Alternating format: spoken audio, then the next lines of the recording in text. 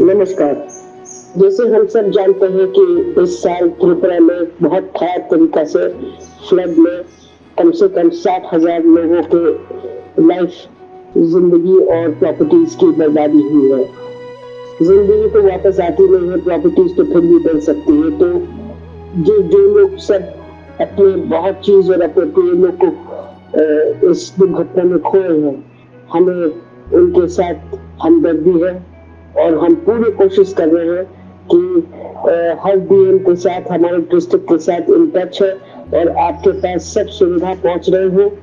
और 1 करोड़ रुपया मैं घोषणा कर रही हूँ मैं एमपी फंड से कि वो हमारे इलाके में जाए, आप लोग के पास जाए। I sincerely appreciate the work done by all the officers, NDRF, SDRF teams and civil society volunteers. Right now, our priority is to ensure that aid is delivered swiftly and effectively to those in need. I request everyone to please stay safe and be assured that we are working tirelessly to support you during this challenging time. God bless you all. Thank you so much.